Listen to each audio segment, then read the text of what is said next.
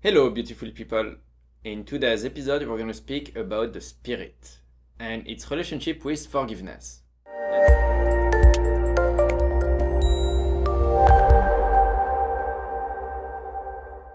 In this one, we're going to start by defining what I mean when I say spirit. I think it's important. It's going to give us the framework to work on this. So, the spirit is the aspect of your being that is non-tangible. It's what's outside of the brain and outside of your mind, your active thoughts. Whatever is outside of that would be part of your spirit. Now the spirit is here to help you, guide you, and teach you things. And to teach you things, you have to go through events. Often they're going to be hard events, challenging events, dramatic events. And what you want to do through life is basically keep the lesson and keep growing without having the weight of the event itself be carried on. This is where forgiveness would come in. Just the same way you can help the brain reprogram itself and you can alleviate the DNA aspect, you can do the same thing for the spiritual aspect. Because your spirit goes through many experiences, sees things differently than you do because it is all encompassing within your being. That means that forgiveness is going to impact it a bit differently. And if you think about your spirit going through generations, just like we talk about the DNA lineage, you would have a spiritual lineage of different people that came along. And maybe in your belief, you think about reincarnation, maybe you don't, but in any case, you're still related to a spiritual lineage. And making peace in that context is also important, because finding forgiveness has to be whole. It's not just about the brain, it's not just about the heart, it's not just about the mind. If you really forgive, then you're free. And if you're free, you're making room for good things to show up. And that's the entire point of this, to be able to move forward, to keep the knowledge. One of the main tools I use is called a prayer. Now, a prayer has nothing to do with religious, it has to do with being spiritual, with being in touch with the higher self. And the reason why it's called a prayer, or at least the way I like to explain it to people, is that we call upon something bigger than us. And you can use whatever word works for you, because your spirit is in tune with whatever you are in tune with. Let's say the word God works for you, you can use that. Let's say the word universe works for you, then you can use that, and everything in between. And the entire concept is to have something greater than you.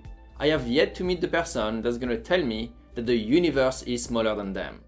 And that's just fact. And from that point, basically, you're setting your spirit up to look at something bigger, something greater, and to work on yourself so you can move forward. One of the reasons we do that is because the spirit is not tangible. You cannot tell me how big it is, or how fast it is, how many thoughts it can calculate, or how much mass it can do. It's something that exists, that sometimes you can sense, that you have a feeling for it.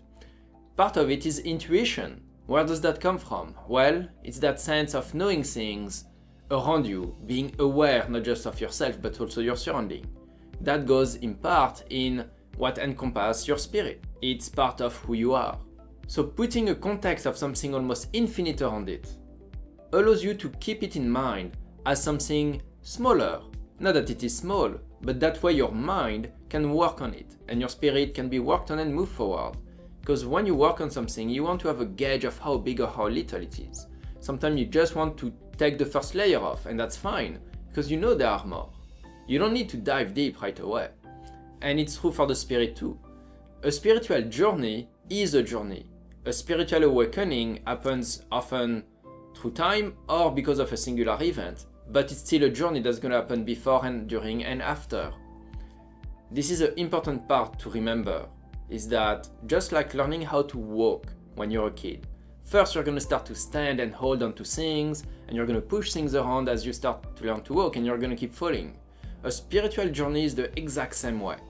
You're going to wake up, you're going to do things, you're going to get there, you're going to be unsure, but if you keep moving, you're going to get in touch with yourself. And as you get in touch with yourself, you're going to have access to a lot more about you. And when you have that access, you can clean and work on things even faster. And you can forgive things even deeper. And you can be free of so many things. The spiritual aspect is different for everyone. We're not really taught that at school. But we get to learn through books, through different yogi masters, whatever you want to call where the knowledge comes from. And it's all about taking care of yourself and being in sync with the universe, with everything that exists and that is. One of the key aspects of the spiritual journey is to be present. It's to be in the now. And forgiveness is about forgiving now throughout all time, past, present, and future. And this is why it's good for the spirit, because your spirit exists always. It doesn't stop existing at one point. It just is, it's there, whether it's connected to you or not. When we speak about the deeper self, it has to include the spirit, no matter what it looks like for you. It can be as little as you want or as big as you want. It can take any shape or form that serves you at any given time. What's important to know is that it's there. There is something there for you to learn from and to grow. Once you see that, you can actually move with it and you can start to use tools. And not just forgiveness. Forgiveness is one of them, but you can use many things. Just like going out for a walk in nature can be really good for the soul. We often say that because we connect to nature. It's that entire concept of connecting with yourself and everything. But when you do forgiveness, you connect it to you deeply and to everything. Just like the DNA lineage, your spiritual lineage carries different trauma experiences. So working on it with forgiveness will allow you to forgive the bad events that were done to you or that you caused to people throughout your spiritual lineage. It will alleviate the weight. It will release some of the bandwidth for your spirit to move forward. And that's a really valuable thing. Because if our spirit is connected to our ancestor, to ourselves, to our reincarnation, that means we have thousands upon thousands of people before us and we're carrying all of that. Now maybe some of them did some of the work, so you don't have the entire charge. But if you actually take care of some of it, potentially all of it, then you're gonna be freer, and that means the people that come after you are gonna be free from it too, which is a very good thing. So far we've talked about the DNA, the brain, and the spirit. Next week I will actually show you one of the exercises for forgiveness that I teach, and it's the forgiveness prayer. And I hope you're gonna be there for that.